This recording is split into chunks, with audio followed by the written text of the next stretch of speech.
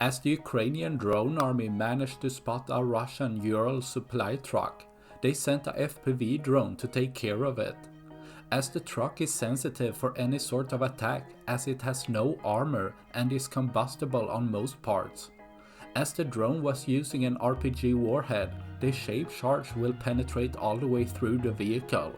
As the video feed ends early, the hit is still good, starting a small fire on the side of the vehicle, which soon starts to spread and increase, resulting in the vehicle completely burning down, destroying another of Russia's supply trucks, leaving one less for tomorrow.